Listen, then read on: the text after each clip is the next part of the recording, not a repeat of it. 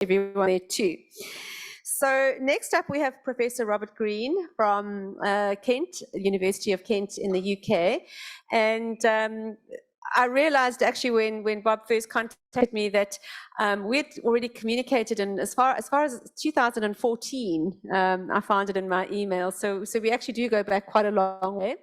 And Professor Green has actually brought himself here and on his own because he really wanted to be part of this event, and he has so much to offer in terms of his knowledge and expertise in the area of forensic biology.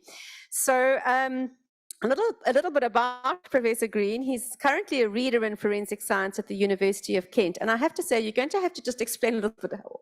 A reader is something that's not necessarily familiar with us in South Africa as to what a reader is.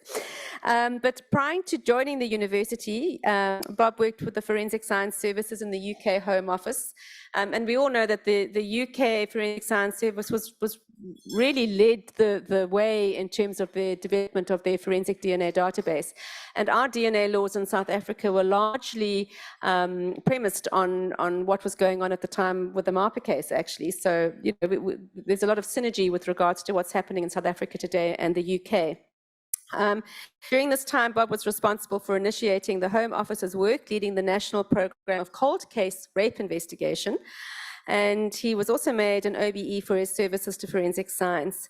We're very grateful that you're sharing your knowledge and experience. I'm sure your students are watching. Hello out there, and I hope you're all there because we're going to test to see that you had heard me. Without further ado, I'm going to hand over, and Professor Green is going to be speaking about the efficiency and value derived from science-led investigations of sexual crimes. Thank you very much.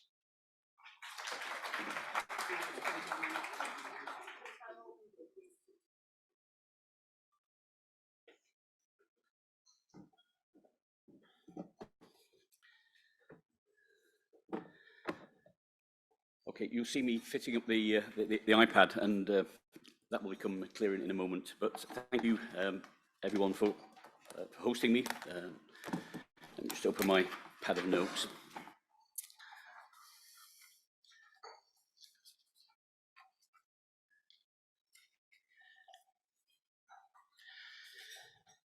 So thank you for allowing me to come and speak with you today and to share my journey that goes back, goodness, when Nelson had his eye, which to the non-native Brits won't mean very much, but it means it goes back a long, long time to the Battle of Trafalgar and so forth. So it does go back to the day in 1995 when the database went live, and you know the science was working. You know we developed this great tool, and the science worked, but sadly we were let down a lot along the way. And we were trying desperately to prove that the value of the investment. Our government spent ultimately about £280 million on DNA expansion. So much of the things that we spoke about this morning, being spoken about this morning, about going out and speaking with judges, going out and speaking with crime scene investigators, going out and speaking with anyone who would listen, that's what I was part of in the Forensic Science Service. And efficiency and effectiveness was one of the key aspects of what we were trying to prove. And so really, when this opportunity came along to do something around cold cases, I thought, actually, this is not only will this be good for society, but it would be a really, really good way to prove the value of forensic science in a very, very sad but very powerful way. And going back to what was said on some of the panel, by some of the panelists earlier on, we do need the support of the government. And the other thing I would say, of course, is that forensic science is very tangible. When I was in government service, people would come and see me, not for the warmth of my personality often, but because they wanted some finances. And one thing that was clear with forensic DNA was actually we know the productivity of a database. We know that if we can get a sample to the database, we know what comes out. So we did lots and lots of initiatives, of which this is just one. And I wish I could spend a whole week here talking to you about some of the benefits and some of the pitfalls that we had, so people don't follow in our footsteps.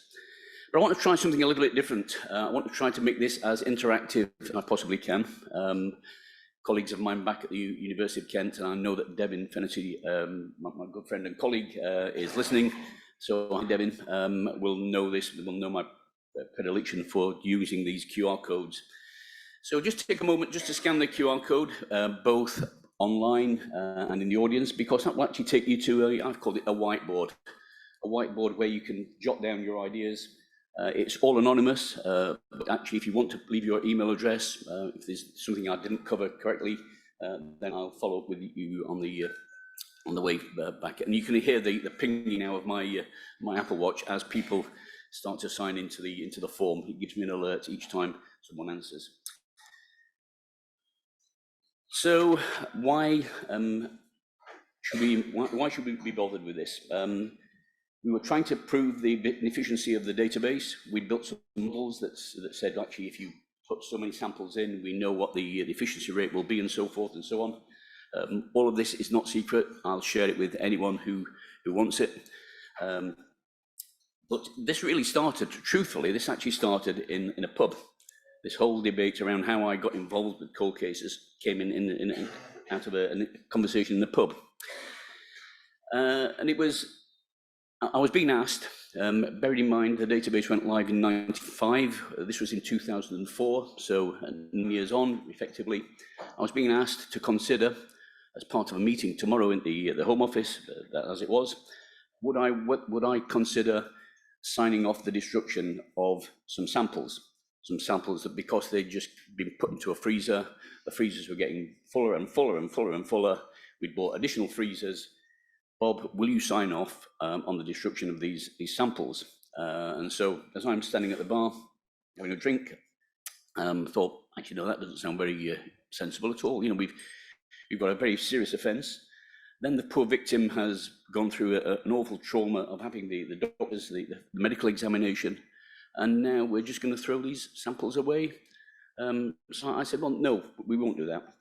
What we will do, we will initiate a program of cold case investigation, which is led by the science. This was not the first cold case program anywhere in the world, but it was the first cold case program that was actually led by the science, where the science actually was the lead in this. And we started with initially about 148 samples. It was 148 in a burgeoning freezer in Wetherby, which is in the north of England.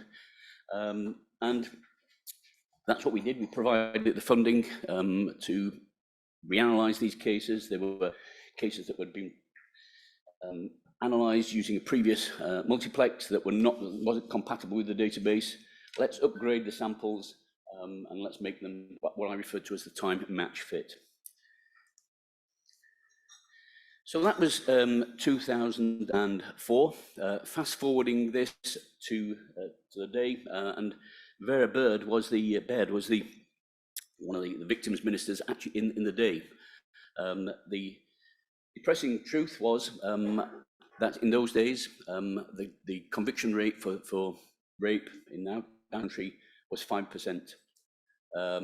And people were going absolutely bananas about this, because they were saying, Bob, you know, when you scientists came and you sold the politicians the power of DNA, you told us that it was going to revolutionize crimes against the person. What on earth is going on? So that's what we'd sold the database on. And sadly, things had led us down on the way forward. You'll see also that there are some other interactive links as we go through. One is the report that's just come out, so if you want to scan that, and please, if you come and see me afterwards, you can have the presentation. I'm not precious about any of this, because it needs to be shared, and that's why I've travelled over to South Africa to actually tell this story, because it was a story of some goods and some bads, and some downright uglies, I'm afraid. So I thought I'd try to contextualise this a little bit with South Africa, and could we do this type of modelling in South Africa if we had a magic wand and we could wait overnight, we could reanalyze these samples that I'm sure are in people's fridges and freezers. What would be the impact? We know what the impact of a database is. We know the matching efficiency. So if we could get the samples from the freezer to the database, we know what the output should be. So it seems to me that we have somewhat of a pandemic in the country, and around about 155 cases per day. That's by my recollection anyway. And thank you to the people who are interacting with the form, because you can probably hear it pinging on the phone. So I will follow up with you afterwards. And our experience was, because we tracked these cases all the way through, not just from we got the match, but I employed a retired police officer to actually follow these cases all the way through, because I wanted to know what had happened previously, and what the follow-up was. So this draws on the work of some people who were active in the research area at the time, Ken Pease and Dick Leary, and said, in essence, that the more samples, the more buckle scrapes we can actually get on the database, and the more crime samples we can get onto the database, the better things will be. It sounds simple, doesn't it? But it's not as straightforward as that. And for all of those things that the police officers weren't actually quite sure of what they were going to collect, and the judges weren't sure of actually what the strength of the evidence, and the lawyers weren't, and so forth. So we did a massive amount of work during that period to actually make this, this effective, because essentially that's what the politicians wanted. They said, well, if you can't show us the continuing value of this, we'll pull the funding. And people were vying for this £280 million. The health services wanted it. Other people wanted it. Once again, the power of DNA, power of forensic science is that it's very, very tangible. We know what goes in, we know what comes out. And so they said that there's no case really for stopping submitting other than financial. We've heard some about that this morning. So I'll say, just to touch on the headline there, that the ineffectiveness very often is not rooted in the science. It's in all the processes. That's been our experience over the years, that it's not in the science. The science works. I would often tell ministers that, Minister, the science works. It's everything else that's not working around it. So once again, a paper that I found from a US author, and you can see there what he says about the 70% of these samples would reveal an investigative lead. What would be the impact of that if we could use that metric to compare against South Africa? What would that mean for the people in South Africa? So why do we need to bother?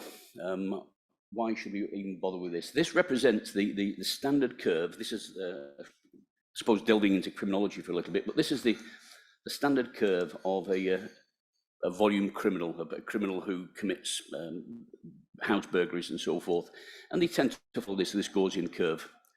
On the x-axis at the bottom is the age of the individual, and they'll probably start offending around about 15 or 16, or even sometimes soon earlier than that. Goes up to about 21 years of age, and then starts to decline over the years. So that's what it looks like for a volume criminal. For a violent sexual offender, it looks like this. The crimes don't desist over time. Once these people, our experience was, once these people actually get the passion for this type of offence, they continue and continue, and until you guys, every one of you in the audience, takes them out of operation. So that's the power of DNA. And I often say nowadays to my students, if you consider every time you sort of press that plunger on your pipette, probably 6 out of every 10 presses is actually going to lead to someone getting caught.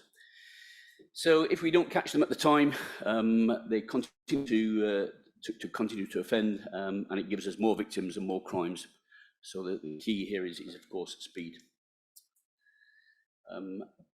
So this is really just to summarise what Pease and Leary were saying. There's no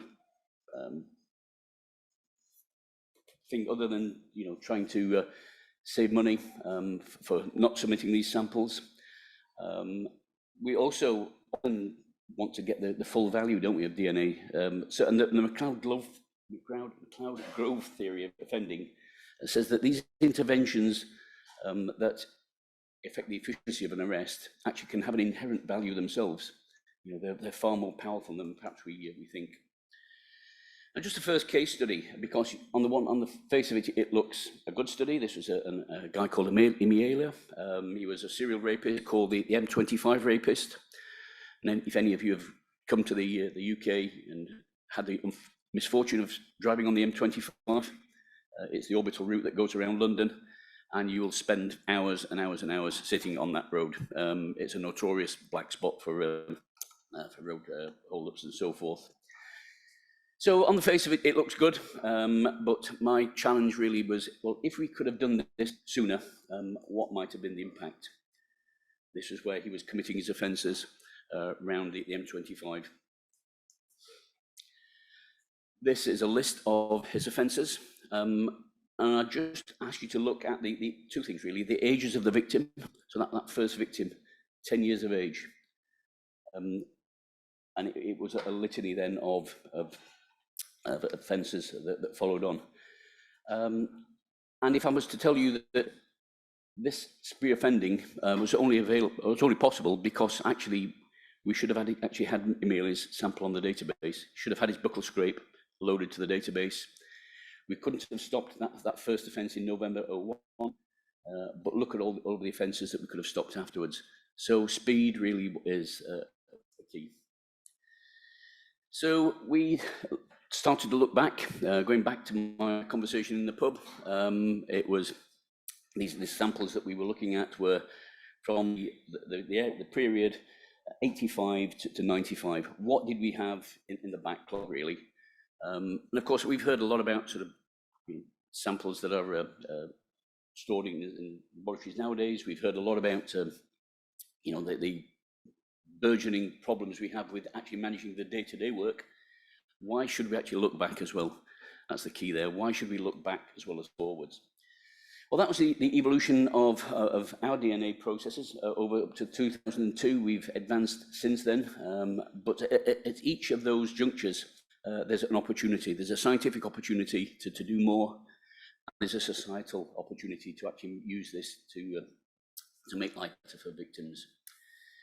So it ran for 5 years up to me leaving the Home Office, and it was, as I've said before, it was this science-led approach to looking at cases, looking at cold cases. We started off by looking at some samples in Wetherby. We took forward, I think it was around about 140 samples actually all the way through to analysis. And then we said, because bearing in mind at this time, we'd not actually approached the police service. This was in the period of around about February, and February in government sectors is the time when finances are probably a little bit freer. We're looking to clear budgets for the following financial year. So we had to do this very quickly. So I was asked, well, should we approach the police service? And I said, no, we'll just actually get on and do it. We could do the analysis pretty quickly. Let's do these 148 samples there were to start with.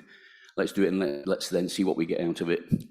And my goodness, we were not surprised, I suppose, but we were very shocked actually that 1 in 3 gave us a match straight away. Bearing in mind two things really. One was these were samples that had just been sitting in a freezer for many years. The police services themselves had been written to repeatedly. Do you want these samples reanalyzing? No response. And so I was being asked to sign them off for destruction. So we said that I would put this funding together, we'd track these cases, and let's see what we got out of it. And part of seeing what we got out of it was the development of some good practice. The development of, well, I think that the most important thing for me was actually speaking firsthand to victims, because often in the forensic science service, we didn't get the opportunity to speak with victims of crime. But we had these number of matches that came out of the process. We held an event not too dissimilar to this, but an event with a difference, because you've all had some goodie packs, I suppose, today. Well, the goodie pack on this occasion was a number of cases. So we would say, if you're from Avon and Somerset Police, Bedfordshire Police, Cambridgeshire, ABC, go and see Bruce at the back. He will have your dossier of cases. And we'd have a victim who would come along and speak to us. So we'd given them the good practice, we'd wrote the good practice, which I'll share with you. But we then said, now guys, though, now Police Force, UK Police Force, PLC, is your opportunity to actually do this. And we would say often that the euphemism was, if you can't do it, then we'll come back and give you some help, which was a euphemism for, you know, we'll come back and sort of poke you in the eye. That was the take-home message. So we went on to look at these effectively at this time we're just in Eppendorf's. We went on to look at other materials, some extracts and so forth. This is what we found. So this is actually what came out of that sort of first batch of samples that I was asked, bear in mind, to destroy. I've been asked to destroy these samples. You can actually see that we initially got 28 that were full profile. Some were partials, some were mixtures. It really springboarded our work on familial DNA searching. So within this presentation, there's access to the familial DNA guide that we wrote and I edited actually at the dining room table over the weekend. So all of these materials are there for you. And we did make a conscious decision not to do some sampling based on the criteria of the case. So we announced lots of good practice.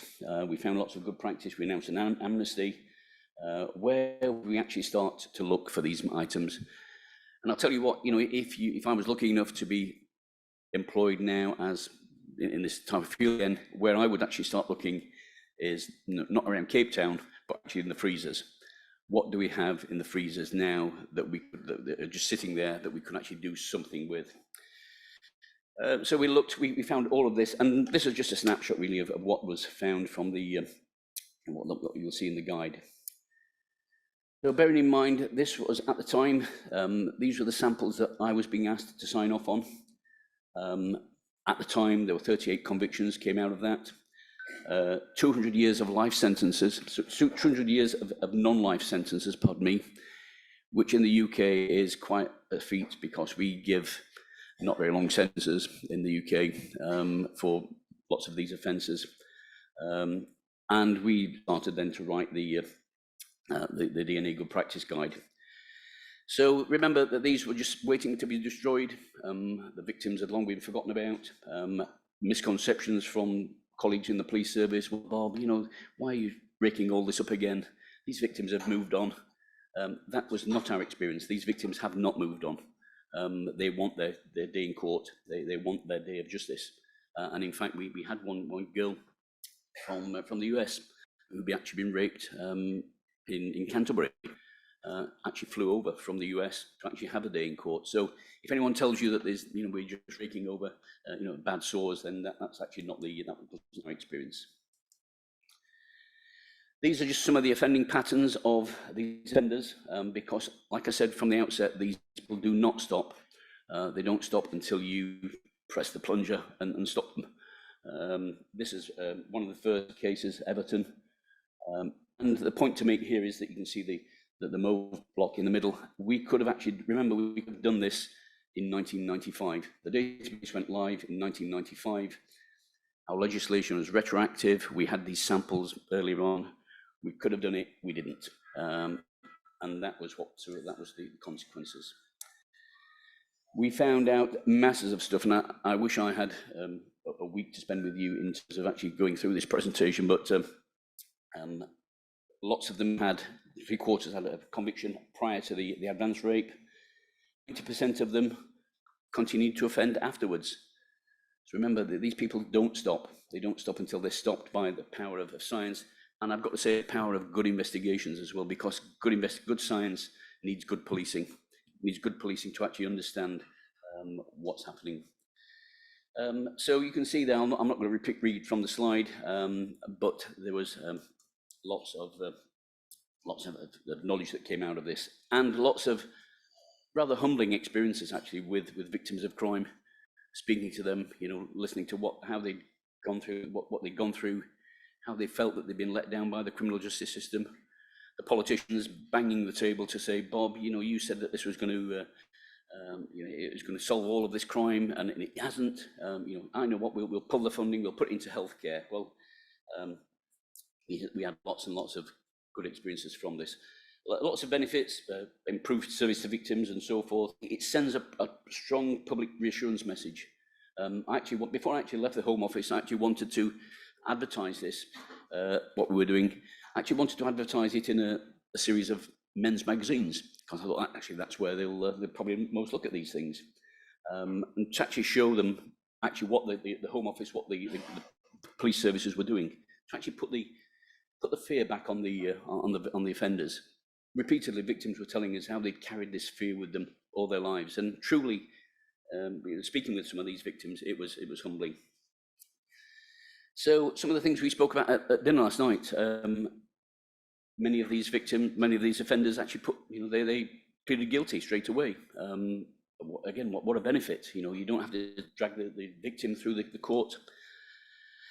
So the take-home messages are this: why should we look at these? We'll hear a lot about sort of the advances of DNA, the advances of science. What's in it for me to actually look back at some of these cases? Well, these things that came out.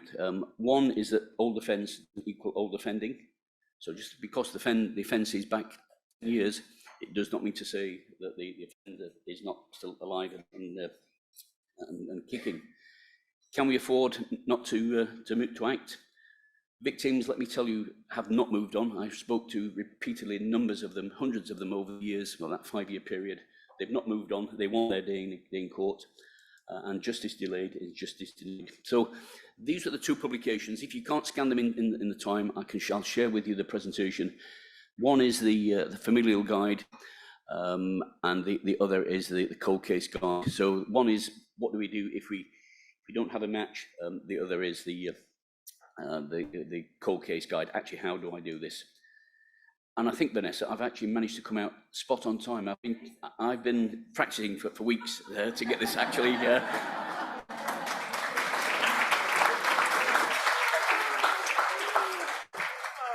Thank you. That was amazing. Is this yours? Yes, it is. Thank you. Thank you. That was so interesting and such a great perspective because of the number of years that the UK database has been in play, and the number of experiences that you've had with it. So thank you so much for coming here, and I hope your students were watching and enjoying that too. Our next presentation is fascinating. When Linda first proposed it to the organizing committee, my first response was, does that actually happen? Carla Pisano-Lacroix, and I'm sure I've said that incorrectly, please forgive me, will you just say your name when you stand up correctly, is a dedicated program managed officer at the Office of the Victims' Right Advocate. And her role revolves around prioritizing the rights and dignity of victims of sexual exploitation and abuse by United Nations and related personnel, which is why does that actually happen? Her work is instrumental in ensuring that prevention and response efforts within the United Nations are centered on the well-being of these victims. Carla, like myself, has a background in law, and I always say I'm not a scientist, and I'm sure you have to say that often too. But her specialization is in gender-based violence and human trafficking for sexual and commercial exploitation.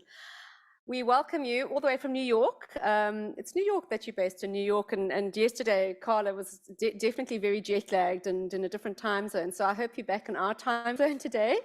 Carla will also be the moderator for the panel at the end of the session, and thank you so much for sharing your expertise and insights on this really fascinating and necessary topic. Welcome.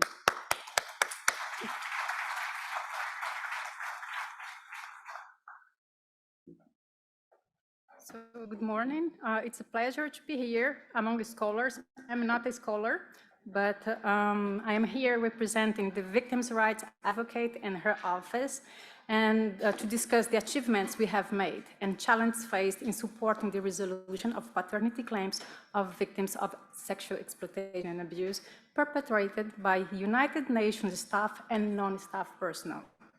The resolution of these claims is a central pillar of the work of the office, of which I am part. It was created in line with the Secretary General's 2017 policy to put the rights and dignity of the victims of sexual exploitation and abuse perpetrated by those acting under or in association with the UN flag at the center of our efforts to prevent and respond to these wrongs. Most of 100,000 staff members of the 35 entities which make up the United Nations system and our many non-staff personnel, including the thousands of uniformed military and police, perform their work with integrity in line with the principles of the United Nations.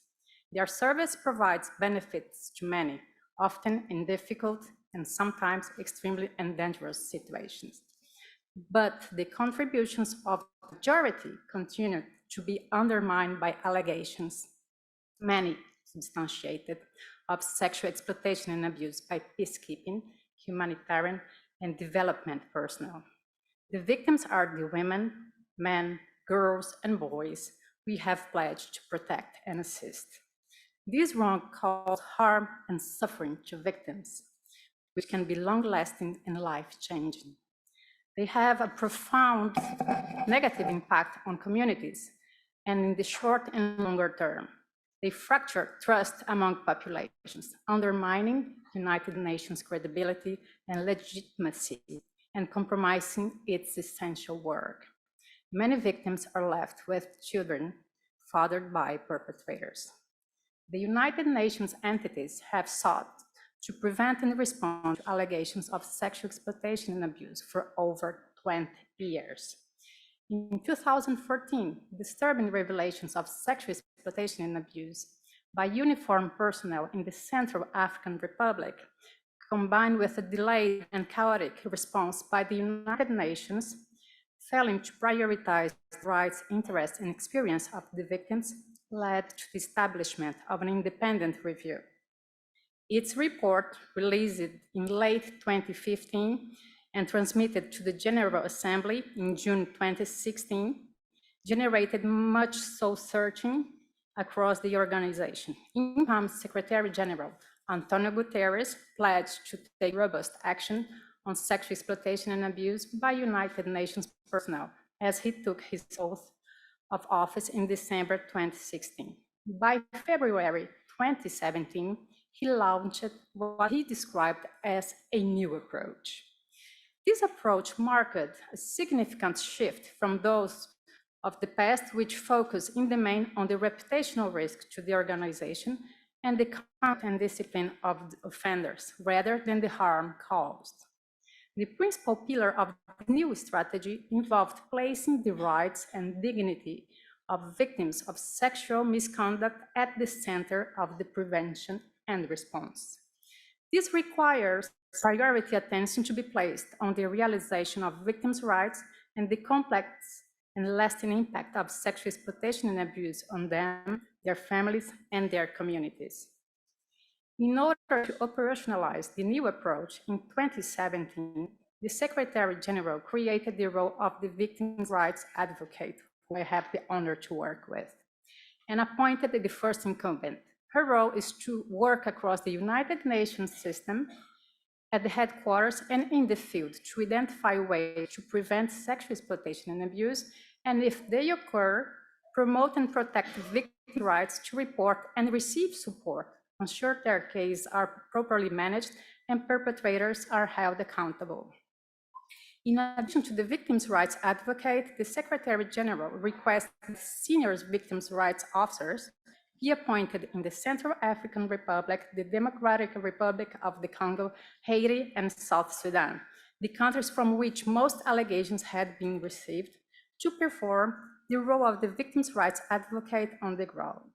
Their task is to maintain direct and regular contact with victims, accompany them as they report, provide support for victims in investigations as they seek assistance and accountability through judicial or other redress, and keep them abreast of their cases.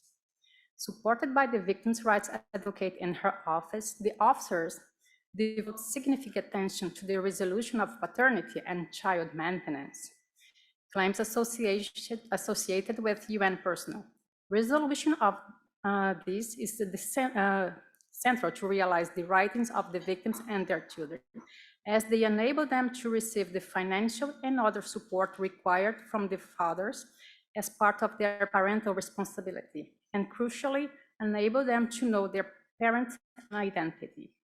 In supporting the resolution of the claims, senior victims' rights advocate coordinate the gathering of DNA samples from children and their mothers by member states. Others have mobilized resources to meet their school fees and other requirements, such as medical and nutrition. Once sexual misconduct is officially reported against uniformed personnel, internal United Nations and member state investigations are initiated, and assistance is provided to the victims. United Nations investigators use buccal swabs to collect DNA samples. If the perpetrator is still in the mission area, then he's asked to provide his DNA voluntarily. Member states are supposed to designate national investigation officers who are investigation officials of the contributing member state and who liaise with internal United Nations investigators. Samples are collected from the victims and children born of sexual exploitation and abuse with their informal consent or of their guardians. DNA collection generally occurs at the time of the initial interview, even if the perpetrator is unknown. Upon collection of their DNA samples, victims give their permission to the United Nations to release the DNA samples to the member state that deployed the alleged father, so that the appropriate authorities may conduct paternity tests and assist in their claim against him to recognize paternity and provide child support. Victims are informed that once the UN has forwarded the DNA samples to the member state, the United Nations will have no control over DNA samples and DNA test results, including the release of DNA samples or the test results to third parties, and the storage and disposal of the DNA samples and test results. Victims are also supported that the United Nations cannot take any responsibility for the DNA samples or the confidentiality of any test result based on those samples after they have been forwarded to member states. This is tough. So there is no set chain of custody surrounding DNA samples. This is because member states' operations are not identical. Where there is no longer a contingent in the country where the claim is reported, the DNA sample is sent to its permanent mission. Where contingents are still in place, national investigation officers appointed by state receive samples from the United Nations. The member state will then triangulate with those of the putative father. In the event that a member state has no capacity to collect and process DNA samples, we have some countries which happens, the United Nations may offer to assist with their collection from victims and alleged perpetrators, collect the sets for triangulation, and send the samples to authorized United Nations contractors for analysis. Once the member states inform the United Nations about the outcome of the DNA analysis formally, results are transmitted to the victims. Many member states accept the results of DNA analysis as evidentiary of paternity, but often more is required to be established and responsibility for the provision of maintenance and acquisition of ancillary for provision of ancillary rights, such as nationality by the child. Ideally, the putative father will recognize the child voluntarily and step up to meeting these parental responsibilities. However, often the good office of states may be required for this, and sometimes litigation, which it takes long. Where DNA analysis is not accepted in the state concerned, establishment of paternity is more complex. These are close to 500 outstanding reported paternity child support claims relate to former mission personnel, mostly uniformed personnel. The United Nations Comprehensive Strategy on Assistance and Support to Victims of Sexual Exploitation and Abuse by the United Nations and Related Personnel devolves joint responsibility of the United Nations and member states to ensure that children born of sexual exploitation and abuse receive assistance and support in line with the applicable legal framework. There are many challenges resolving national paternity claims, most notably in locating the alleged perpetrators. In some cases, the putative father cannot be located. In other, he may have died. Some alleged father refused to consent to a paternity test. In this circumstance, claims can be unresolved for a prolonged time as steps are taken to locate the fathers or persuade them to undertake a paternity test.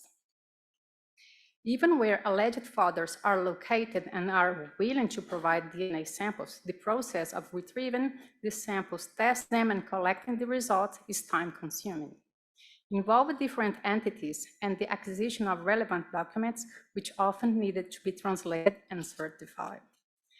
As pursuing alleged fathers is time-consuming, the victims' rights advocate liaises with the states to advocate for the immediate administration of financial and other assistance to the mothers and children of their personnel. Response to these are not always positive, and many states consider this to be individual responsibility of the father, although they were in the duty station representing the country. However, since the establishment of the office, which has helped reinforce the focus of the rights of the victims and facilitate important and realistic discussions on the difficulty of pursuing maintenance claims, a number of states have stepped up their cooperation and support. South Africa, for example, requires its peacekeeping personnel to provide DNA samples before deploying, which may be used for paternity testing, where the individual consents.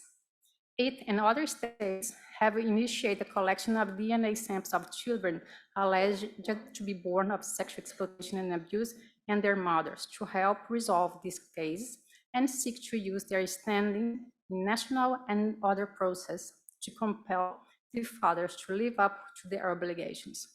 All contributing states should examine these initiatives and with a view to their adoption. Overcoming challenges require innovative thinking and strong and consistent collaboration with member states. One way of expediting DNA collections and results would be to ensure that all personnel being deployed by the member states have agreed to DNA collection prior to deployment and consent to its use, if required, to resolve paternity claims. With regard to the issue of collecting DNA from fathers who cannot be located or have passed away, it may be a time to start looking at DNA database and how commercial ancestry websites can be utilized to identify fathers. Such tools have been used in criminal justice systems to assist in resolving homicides. As researchers suggest that some process could be used to identify the fathers of children born of sexual exploitation and abuse by comparing a child's DNA with that of individuals, including that of members of their family, whose DNA is available in database of commercial providers. For example, researchers at King's College London have successfully tested this concept on children in the Philippines fathered by British sex tourists. By comparing the DNA of 6 children on commercial ancestry sites, the researchers at King's were able to identify the fathers in 5 cases through the DNA of their relatives.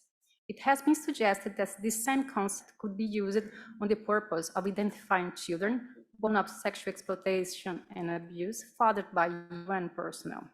However, a key difficulty is that UN uniformed personnel are often deployed by developing countries whose populations are unlikely to use commercial ancestry sites.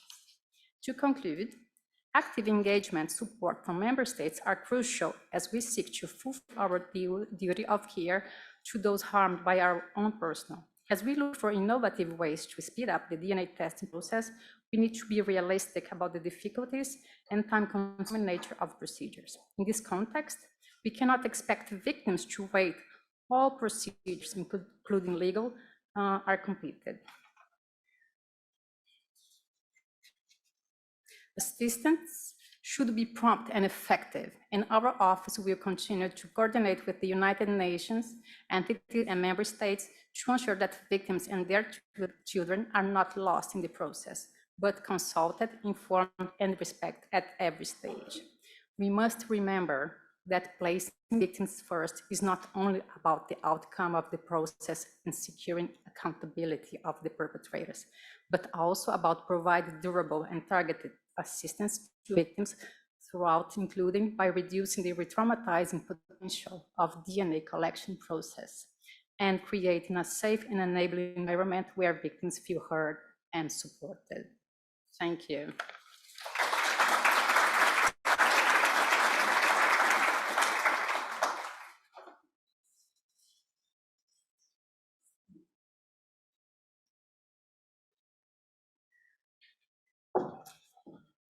Thank you so much, Carla, and we really look forward to the engagements at the end of this session. You know, we're all excited to be here, and it's fantastic to share knowledge. And there was, my husband always says, he's always smiling, but you know what work you're doing? I'm like, yes.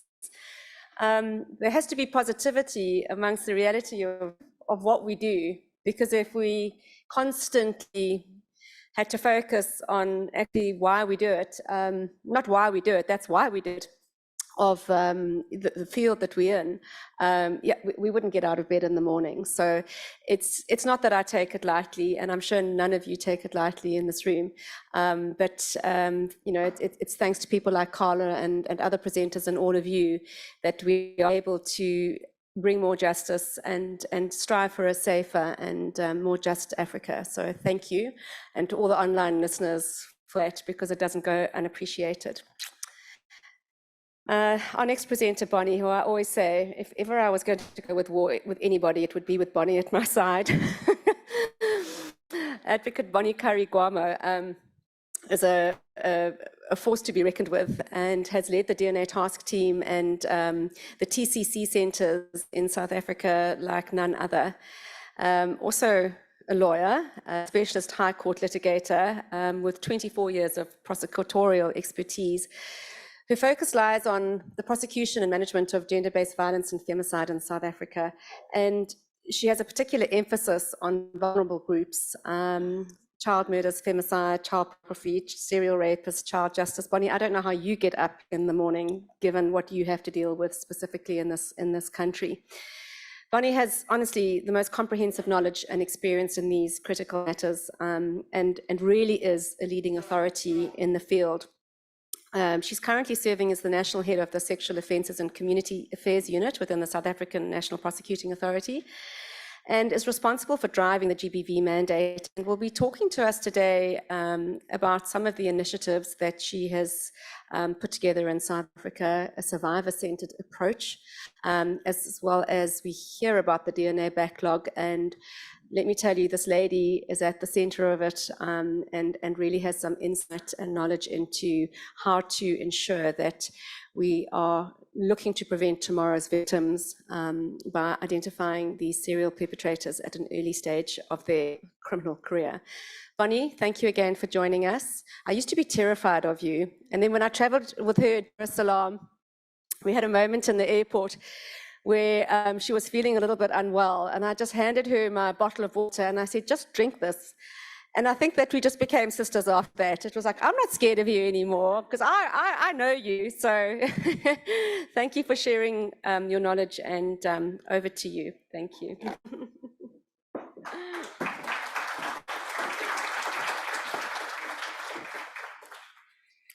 Thank you, Vanessa, and thank you for once again inviting me to this session. I wasn't feeling very well last week.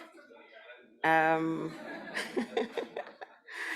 a diabetic, and I'm not a very good one at it. So sometimes the sugar levels shoot up. But I'm grateful to be here today.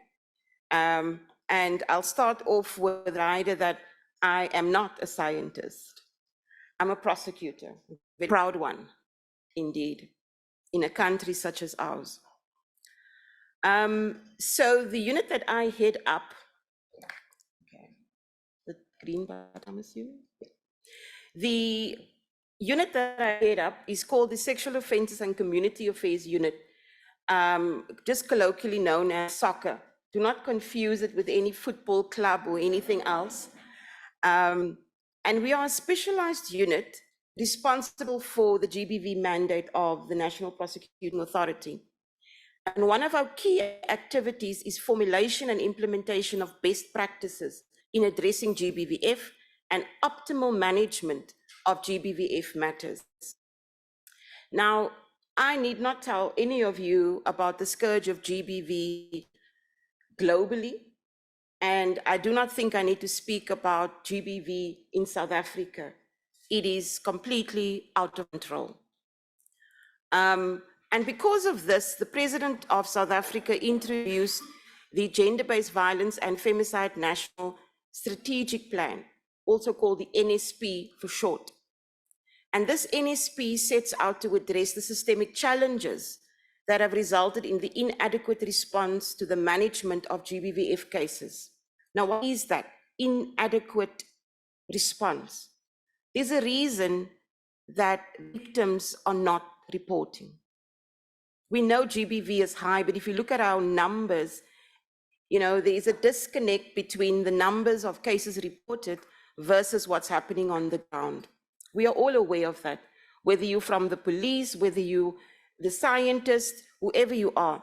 And it's not just a South African phenomenon, it is worldwide, that is the case.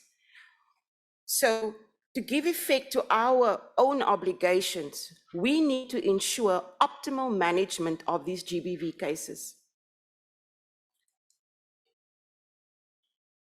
And so what does optimal management of GBV cases look like?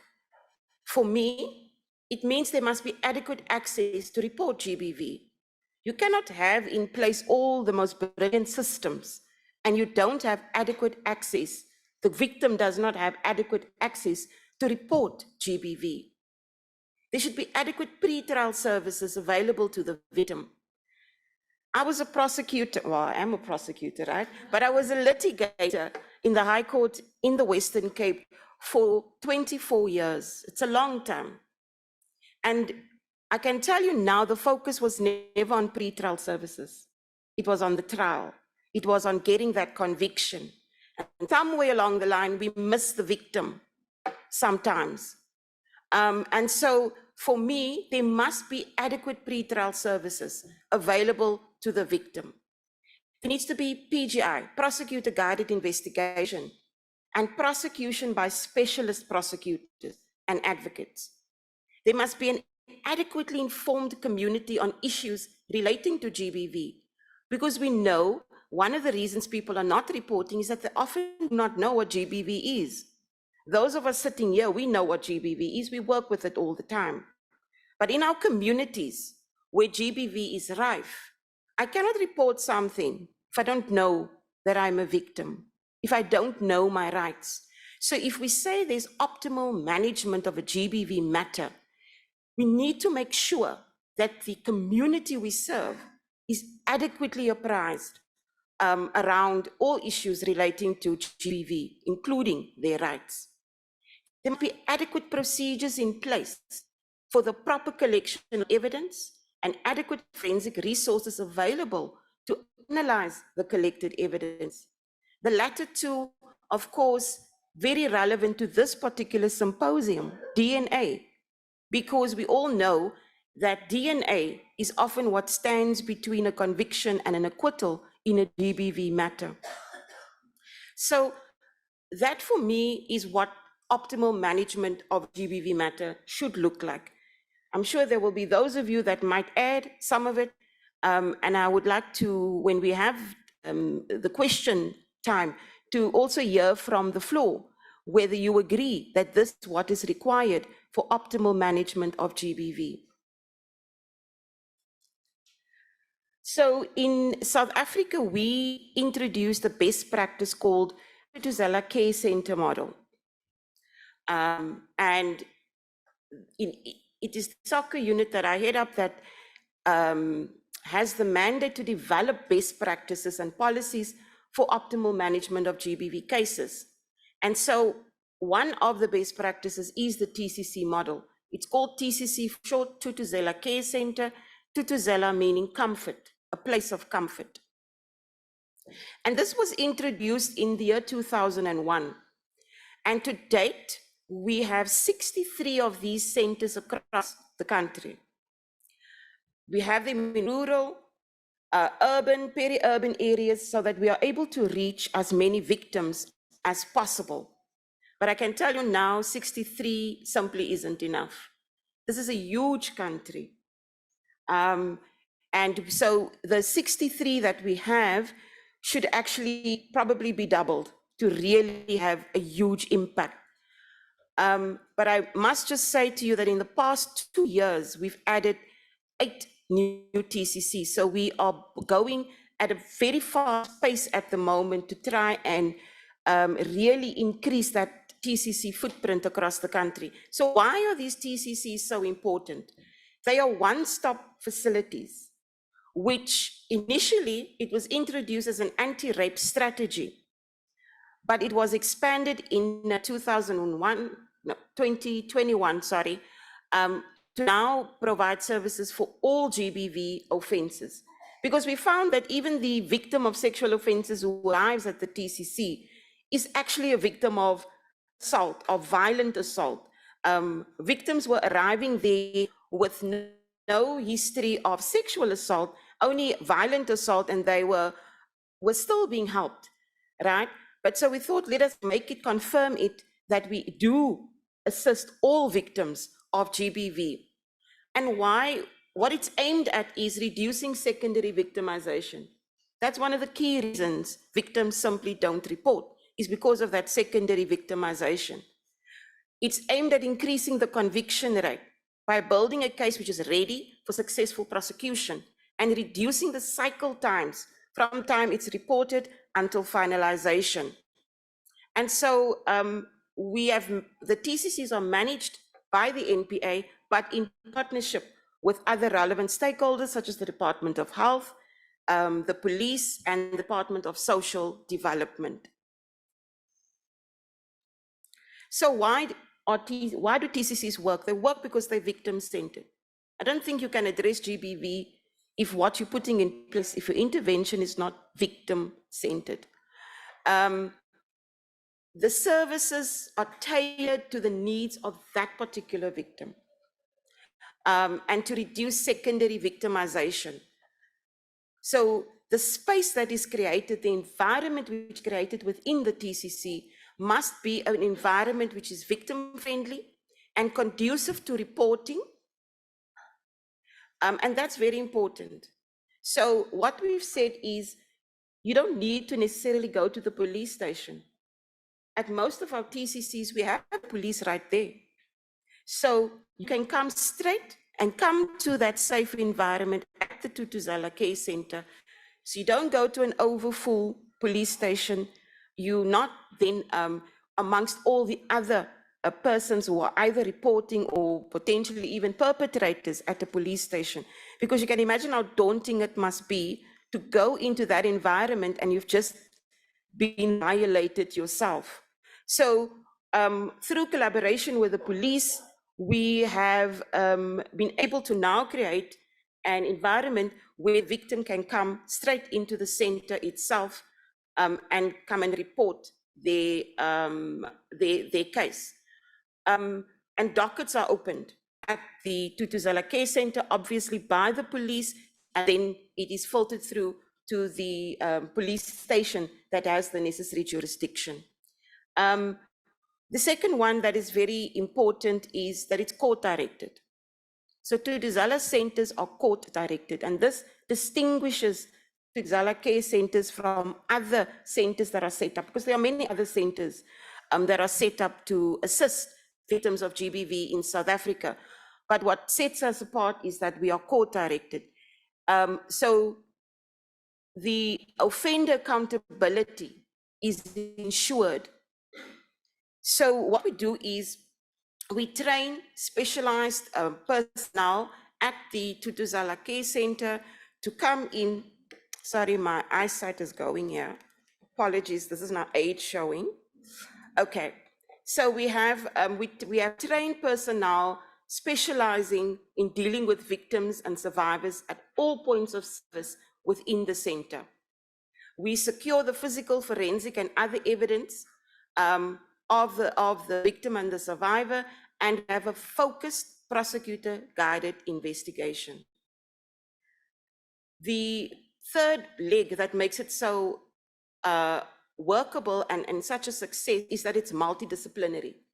So it's not the NPA, in other words, only the prosecution that provides services within the Thuthuzela Care Center, but we have other role players that are in the center, such as the doctors and the forensic nurse from the Department of Health, such as the police, such as the Department of Social Development. They provide psychosocial services on site.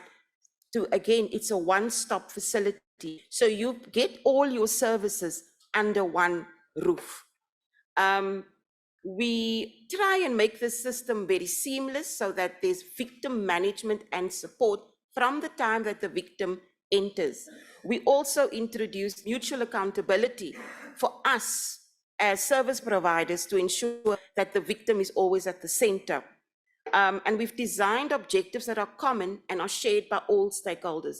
So yes, the role we play at the TCC differs, but the ultimate objective is always to ensure that the victim is not subjected to secondary victimization, and it is also to ensure that we get to court with the necessary forensic evidence and that we get the convictions as soon as possible. I'll start at the bottom actually. So what the victim receives is psychosocial, medical, and legal services.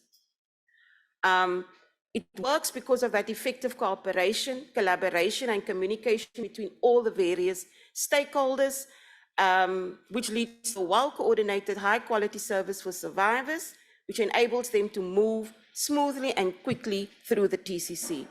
Now, the Thuthuzelas, our aim, our role is to turn a victim into a survivor. So many people don't want to speak about GBV victims. They say they must be survivors. I'm of the view you need to empower the victim first before you call them a survivor. And so through the TCCs, we are hoping to be able to empower that victim sufficiently so that they can transform into that survivor and be able to go through a court system. All our TCCs are linked to the SAPS FCS unit. So FCS being the, I call them the GBV police, Brigadier Shlalele. They are the specialized unit that deals specifically with GBV matters in South Africa. So it's not your local policeman, it's your specialized policemen who investigate all the cases that come through the TCC. We have a direct link with the hospital, because the hospital is where all our TCCs are found, either inside the hospital or on the hospital premises. The reason for that is quite simple. You don't know in what condition your victim will arrive. So if there are very serious injuries, then obviously we need sometimes more than what we have within the TCC, and so the hospital is right there. And of course, the link with the court. So each TCC is linked to the local court that is there. That is wherever the matter will be heard. We have seen an improved conviction rate in TCC matters. So what are TCC matters? These are matters where the cases have come through the TCC. I said at the beginning, we only have 63 in the country, which means a lot of our victims are not going through the TCC. But for those that are going through the TCC, we have seen an improved conviction rate. In 2010, the conviction rate was 60%. At currently, now June 2023, our conviction rate is 76.5% for matters that are going through our TCCs. That is very high. I know, Dr. Green, you are from the UK. In comparison, I know ours looks much better. There's actually one thing we have on the UK then. But I add, these are cases that are going through the TCCs. That's why we need much more of these centers across the country. We've also seen increased long-term and life imprisonment sentences in respect of our TCC matters. And again, I say to the UK here, we are not afraid to give life imprisonment sentences. We have also linked all our TCCs to GBV hotspots. And that has been a game changer. So with the help of the police, every year they provide us a list of where the GBV hotspots are in this country. And so we've made sure that we link all the TCCs to these GBV hotspots. So I think there's only one that we've not been able to link yet, and I think that's Diepsloot in Soweto, but we're working on that one as well. We've also linked it to all the proposed designated sexual offences courts. So I think that will also assist greatly in just making sure that there's that constant link between the TCCs and the courts. And so, yes, ultimately, if you've gone through the TCC, you must have received psychosocial, medical, and legal services. I'm sorry if I might appear a bit rushed. I know that Vanessa is roving around here. So when I spoke about optimal management of GBV cases, I said you need an adequately informed community on issues relating to GBV. So communities must be empowered, they must know their rights, they must know when their rights are being infringed. In order to do that in the GBV, so they need to know what GBV is, they need to know where to seek help. And that's very important, where to seek help. So now you know what GBV is, but do you know where to seek help and how to protect themselves? And so through the Thuthuzela Care Centers, our colleagues at the centers, one of their key roles is to empower the communities through community engagement, such as public awareness, through Imbizos. So Imbizos are really communities coming together with various leaders in the community and discussing these issues. And then also training sessions with NGOs. This is extremely important. You can't work in one environment and the one hand does not know what the other hand is doing or understand what the other hand is doing. So those training sessions become very important. When we have, for example, as we've had in South Africa quite recently, amendments to our GBV legislation, it doesn't help that the prosecutor knows, but the doctor doesn't understand, and the social worker doesn't understand. And so it is the task of our colleagues at the TCC to ensure that the training happens, both from within the TCC as well as outside to other law enforcement agencies and all other stakeholders. Because the more informed the community is, of course, the more they will be able to access justice. I think, Linda, you spoke about inadequate access when you opened in your opening address this morning.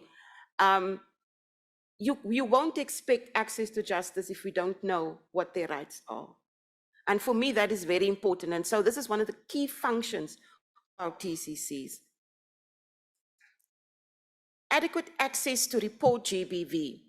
I spoke about this earlier, and again, so since 2022, we've collaborated with the police to allow matters to be reported directly at the TCC centers. We've seen an increase, yes, in the number of cases already. It's not yet where we want it to be, but I think that's because there's still a lack of knowledge that you can report at the TCCs, which we're trying to temper through public awareness campaigns and the like. So, and this is what makes it the TCC then that one-stop center, because everything happens under one roof. By the time the victim leaves, she would have received all of the services that is required. And I say she, but it's actually he or she that comes, anyone who is a victim. We do not at all turn away any victim that arrives at the center. And we do know that it's not only women, though they be in the majority, that are victims of GBV. And so TCCs are probably the best display of effective collaboration between all law enforcement agencies, which directly results in the best conviction rates for GBV cases.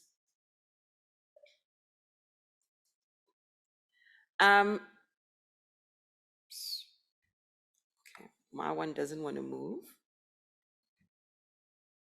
There we go. Adequate pretrial services available to the victim. So the TCCs largely embody the pretrial services that are available to victims. These services determine whether your victim becomes a survivor. And as I said, a survivor who someone is able to tell the story in court and ensure a conviction. But it only works if there's collaboration. Now that collaboration, sometimes we whisper the word in the TCCs. It doesn't always work as well. People are coming from different backgrounds, different government departments, different non-government departments. So yes, there sometimes is a bit of strife within the TCCs.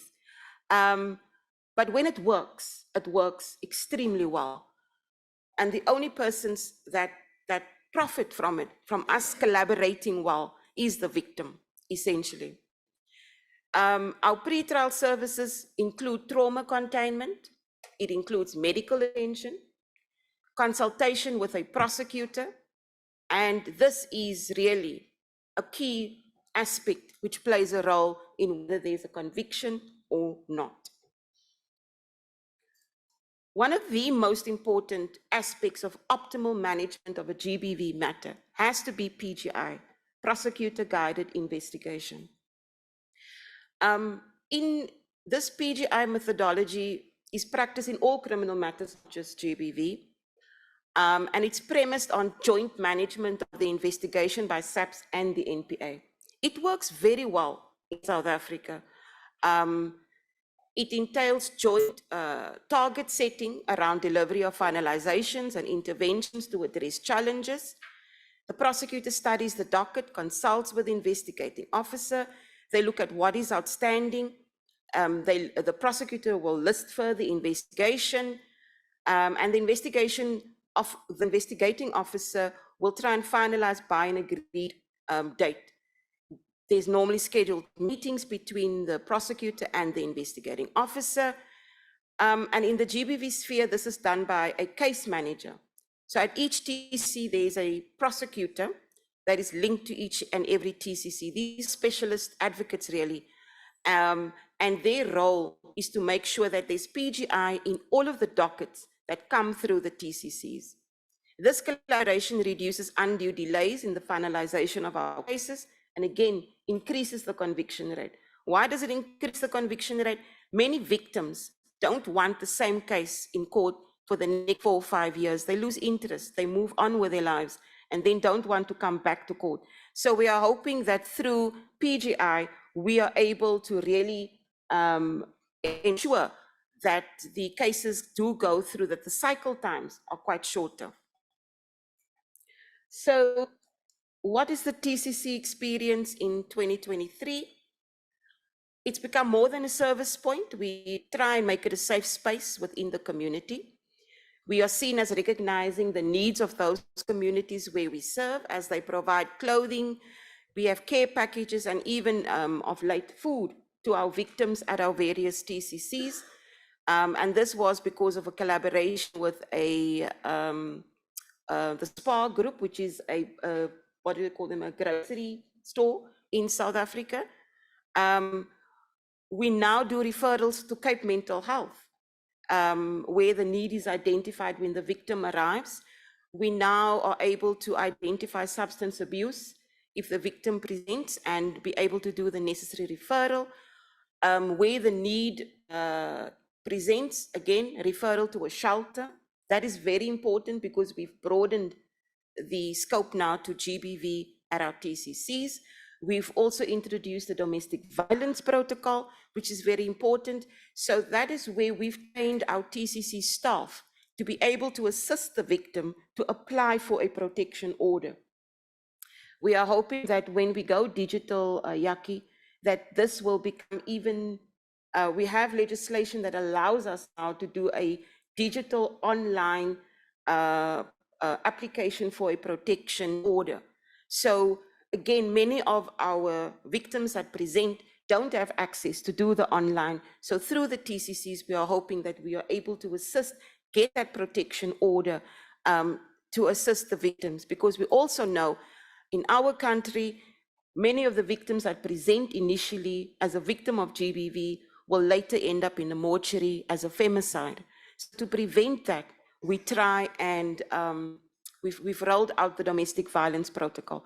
And we do it even when the victim does not want a protection order or doesn't know about it. We try through the psychosocial services that we provide and through the consultation to make the person aware of what is available and then assist in applying for it. It also operates as a training center, and again, it spreads GBV awareness. More and more our TCCs, we are enhancing the connectivity of our TCCs so that we are able to allow crime trend analysis, because crime trend analysis will allow us to develop interventions to counter results of that particular trend analysis. Each area has its own issues. Whether you're from the Western Cape or whether you're from Limpopo, two completely different provinces. In Limpopo, Yaki, you would be dealing with what? Stock theft, mostly. But but in the Western Cape, you know, we have other issues. So you cannot take what you interventions in the Western Cape and go plonk it in Limpopo. So you need the trend analysis to be done. We've got strong links with the community through our schools, through our NGOs, and we are able to address specific community irritants. Increase accessibility for our victims who are disabled through our collaborations with different organizations and schools to provide, for example, sign language interpreters. And of course, a central point for collaboration between all the major stakeholders, in particularly the law enforcement agencies. One of the future projects which we're very proud of is the Court Audio Visual Solution, the CAV as we call it, where we are going to be able to assist a complainant, a victim, testify from the TCC and not from the court. So we are saying we're investing in making the TCC a safe space. So why take the victim out of the safe space to go to a court? COVID has taught us that we can now do, what do we call it? Digital, audio-visual testimony. And so we are hoping to broaden that with our 14 pilot sites so that the victim actually never leaves the TCC, but testifies from there, as well as the doctor, as well as the forensic nurse and any of the other persons that are at the TCC, because it means that they don't need to travel. Some of our distances are quite far in this country to travel to a court. And so we are hoping that the court audio-visual solution will be implemented quite shortly.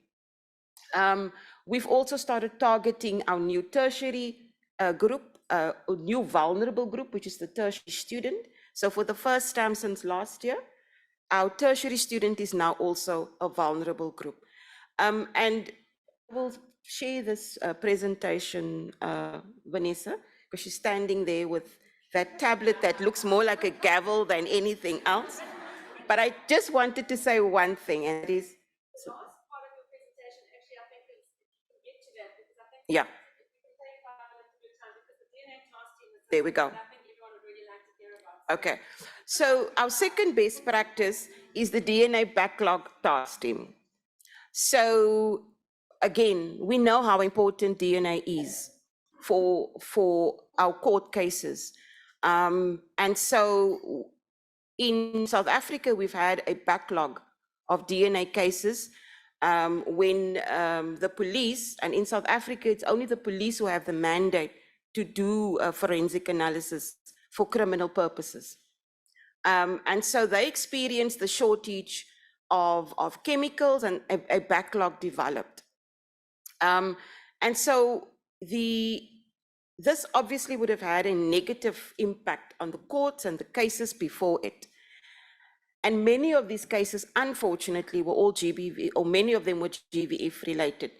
And so one of its most important functions of SOCA, of course, is to manage GBV matters optimally. So in a GBV context now, it translates again to adequate forensic resources being available to analyze the collected evidence. So yes, it's not our responsibility as the NPA to make sure that there's adequate resources, but we cannot also fold our arms when there is a backlog because it has impact on us, because our cases are not being finalized.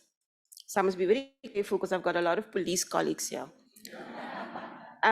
So what we did do is we engaged with our colleagues within the police, and we created a task team with the Forensic Science Laboratory of the police. And so this task team consisted of a nodal point at the police laboratory, and then within the prosecution at head office, we had another nodal point. So how did this happen? What we did is they looked at the backlog, and all the GBV matters were isolated from the backlog, and the analysis was fast-tracked. In addition, we created what we called a priority lane, which allowed our prosecutors countrywide to, through the prosecution nodal point, request special priority in respect of matters. So these are matters that are being in danger of being struck off the roll, or where we would be forced to withdraw the case. Our prosecutor now could simply make the request directly to us, and we would then make it to the Forensic Science Laboratory.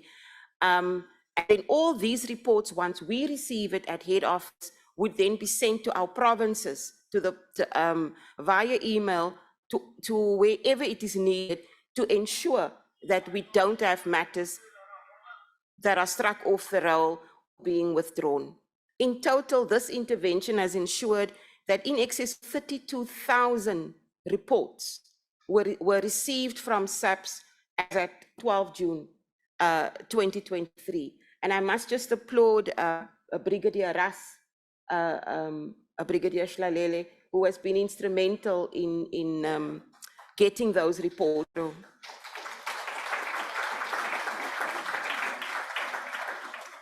And again, this is just another case of collaboration between two stakeholders, because there would have been no success if we didn't have buy-in from the labs, from SAPS.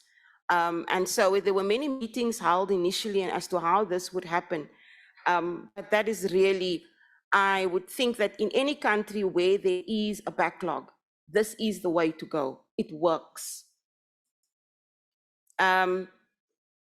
The number of reports now analyzed have increased as the police resources have also increased, but we've decided to maintain the urgency and emphasis until the entire backlog is depleted. Because of the number of reports we've received, we also required a more user-friendly method for the prosecution. You can imagine how many emails we are receiving from the forensic lab. And so through our IT department, we've now ensured that these reports go onto a server. So wherever you are as a prosecutor in the country, you are able to just simply get your report off the system. Because in South Africa, cases are being withdrawn because the DNA report is not available. But sometimes when we say not available, it's just that the prosecutor doesn't have it. It doesn't mean that the analysis has not been done. And again, it speaks to communication between SAPS, between us and the forensic labs. And so this type of engagement enhances that communication and makes sure that cases are not unnecessarily and unduly delayed, because we're able to ensure that the report is available. And we've been able to then considerably, there's been a reduction in the national backlog of our GBV cases in court. Insights and outcomes. One of the very important outcomes has been a serial rapist project plan. So in sending us all of these reports, they were able to identify potential serial. So that's where there's been hits, and put the cases logged it all together to see whether or not there are or we are able to identify a serial. Now, just 2 days ago, I actually had a meeting with Brigadier Padumo around this, and we were able to be provided with the top 10 serials in each of the provinces. So the idea here is that we meet with the police's SECI unit. So SECI is the branch of the police that deals with the serials. And so we will take this big elephant and just bite it bit by bit by starting with the top 10 serials. The knowns, because you've got the knowns and the unknowns. So with the knowns, where the DNA link has identified a perpetrator, we are going to prioritize these matters because we believe, once again, if we get convictions in these big serial matters, you take care of a lot of cases all in one foul swoop. And if anything, it will enhance credibility in the criminal justice system. Because I've looked at some of the top 10, some of these guys have been operating for a long time. And they move across the country. So instead of doing piecemeal prosecutions, we are saying, let's centralize these documents into one jurisdiction and prosecute immediately. DNA evidence has been accepted as conclusive in this country by our courts for many, many years. And so we are hoping that, as in the UK, they will come and plead guilty so that we don't have a long, drawn-out case. So we are quite happy that this has been one of the most important, I think, outcomes of this collaboration and of this task team. We've also been able to, and we have our own research team within the NPA, now doing an analysis of the data that has been collected to look at where are the most serials operative, what modus is being employed, why do they remain undetected for so long, if enrolled previously, why was the matter, why did they not proceed with the matter? And so this information will inform interventions made at provincial level. Another important outcome is we've sort of restarted the cold case murder projects again. Again, in South Africa, we've got a lot of cold cases. I know that the police used to have a cold case task team. I'm not sure if they're still operating. We are hoping that, again, because we've actually extended, my apologies, that slide should actually have been, it should actually be that 1 August last year, we started to do the same process with murders. In other words, we expanded the task team now to not only deal with the GBVF matters, but to deal with murders in general. And that's how we've been able to pick up a lot of cold cases where DNA is outstanding, murder cases where DNA is outstanding. And they also form part of the general backlog. So they will be prioritized in exactly the same way as we've done with the GBVF matters. And as I said, the serial matters identified, I'm hoping, Vanessa, that if you do invite me again, we'll be able to tell you these are how many serials we've been able to bring to book. There's also been a lot of learning opportunities, Colonel Otto. What we found is from the DNA reports that we've received, there's a high number of DNA samples which couldn't be analyzed because of insufficient sample collection, for example. High number of DNA incorrectly corrected, therefore of no evidentiary value. High number of samples correctly collected but incorrectly stored, therefore also of no evidentiary value. And these are areas where common mistakes were made, identified, and the necessary interventions can be made in collaboration, again, with each other. So in conclusion, implementation of these two best practices have proven effective to effectively address the need for optimal management of GBV matters, but its success lay in committed, continued implementation, but also periodical analysis of its challenges and outcomes. I thank you.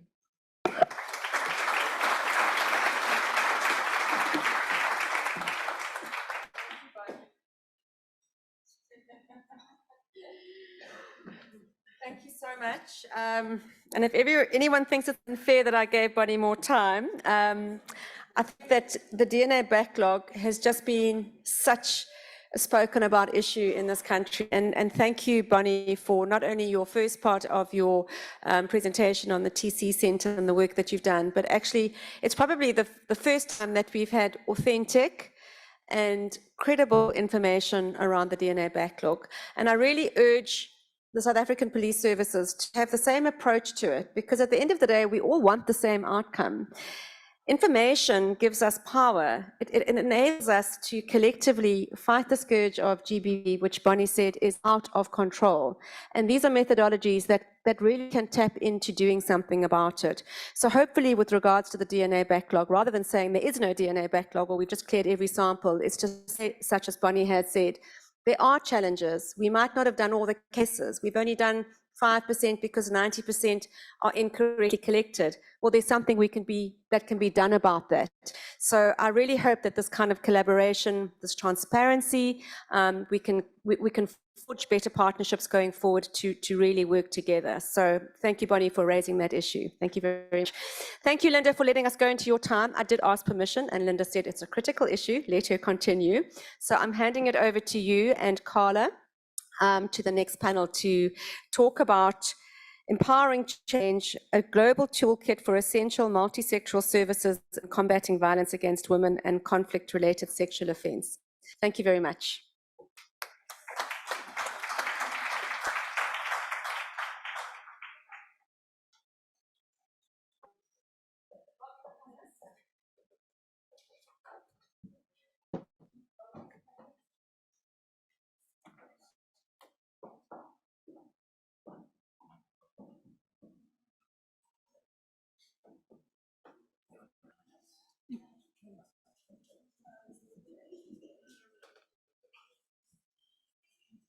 So good morning again.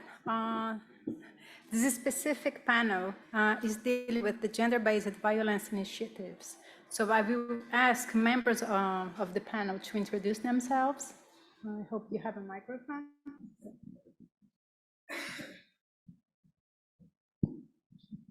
Thank you and good afternoon to everybody. I'm Jackie Wessels. I'm the Regional Court President for the Regional Division of Limpopo. I see in my bio, they have made me a man and they have said South Africa. It's just Limpopo. Okay. I've been a judicial officer for a couple of decades now and in charge of the regional courts in Limpopo for more than a decade. I've also been involved with a lot of training and UNODC, GBVF, various different handbook, etc., and working on GBVF. And I must say, as far as the visions of the DCC is concerned, Bonnie and I are very much in line there as well, in making sure that there is a better experience for the victims. Good afternoon, everyone. My name is Linda Naidu. I'm from the Office of the United Nations Office on Drugs and Crime for Southern Africa. And I coordinate gender-based violence in the SADC region. And I'm just going to leave it at that. Hi, good afternoon. I've just spoken, so you know who I am. Bonnie Karigamu. Last but not least, Bob Green from the University of Kent, UK. So thank you. We will show now a short video. So who is going to play it? 1 in 3 women in Namibia will experience gender-based violence in their lifetime. 1 in 5 women in Namibia are in an abusive relationship. The first year was so beautiful. I just need to put a stop to this monster's acts. Help me, please. Madam, speak louder, we cannot hear you. I was beaten and raped by my husband. He assaulted me. Men or women may be victims of domestic violence. These are life and death matters. But you don't understand, sir. We have humiliated your husband, his family and also our family. We want you to stop this nonsense. My family wants me to withdraw. You know that is not how we do things. You don't run to the police and disgrace your entire family. He assaulted me. He raped me. You are the one that has been sleeping around. Objection, Your Worship. That line of questioning goes to the sexual history. Miss Sylvie, you are a liar. Please stop lying to this court. The abuse started, the cheating, the rape. This is not what the criminal justice system stands for. Wow, strong. Okay, so thank you for the video. Linda, could you please contextualize the video? This is not Okay, trial. thank you for that, Carla. So just to say that this is the capacity building tool that we've created along with one of the countries in the SADC region. And we looked at the complexities of a case when a victim reports gender-based violence, and in consideration of the array of challenges, the social context issues, and also the challenges along the continuum of care that hinders the reporting of a matter, we looked at how we can actually depict this in a particular short film. The film is about 35 minutes, and it has two parts to this particular production. So the first part looks at everything that can go wrong when a victim reports a case of gender-based violence, also what hinders her. And the second part of the video looks at how we can actually address a very survivor-centered focus on supporting victims. And if you look at the video, it doesn't only just consider the reporting process, it also looks at the social context. And, you know, it looks at a very in-depth, insightful, but also a humorous way of actually understanding and learning. You know, we constantly, and Bonnie's mentioned as well, a whole lot of issues along the continuum of care working together. But we find that, you know, in lots of countries, it's just a bit challenging to make sure that all of the service providers come together and coordinate their services and collaborate. But over and above that, you find that, you know, in the video, there was also the issue of being exposed, the victim being exposed to social norms, and which hindered the way she reported it. She was forced by her family to withdraw the matter. And then we also experience institutional challenges where service providers may not be capacitated, or they may not function in an integrated way. They may be fragmented services, but also not gender sensitive. We also need to take cognizance that we function in a very patriarchal society where victims are generally blamed, or they should be not reporting their matters because, you know, what will the community say? You're exposing, you're going to be stigmatizing your family. What will you do? Who's going to support you? Because the perpetrator is your breadwinner. What's going to happen to your children? So there's many issues that happen that hinders reporting of cases. But we also have, you know, where there are cases that are reported, laws are not enforced, even if they do exist. And we find that, you know, capacity is really minimum. So there's a whole lot of barriers for a matter to be reported, and we can say all of those things. But this particular tool has been very provocative, and it has really been great globally in how, you know, people really take to understanding. And what's really great about it is that people laugh about their behavior, and they recognize, and they're able to actually, you know, take cognizance of their behavior. You know, it resonates well with them. So it has this kind of appeal. So that is one of the reasons why we developed this as a learning tool. So we developed this a few years ago, and then about a month ago, we said we want to zone in and just focus on judicial issues, you know, the judicial officer and what they do within the court setting as well, and the stereotypes and the myths that they actually kind of drive, and the lack of protection of that particular survivor within the court setting. So we've had that recently also released, and the first one dealt with the entire multi-sectoral team in relation to the reporting process as well as the community. So that in a nutshell is what that particular video is. It's a 35-minute video, but that was a short trailer, and it is available on our website. Okay, so thank you so much. And now the next question is for anyone in the panel, and I invite everyone to speak a bit. How can survivors be supported once they report gender-based violence?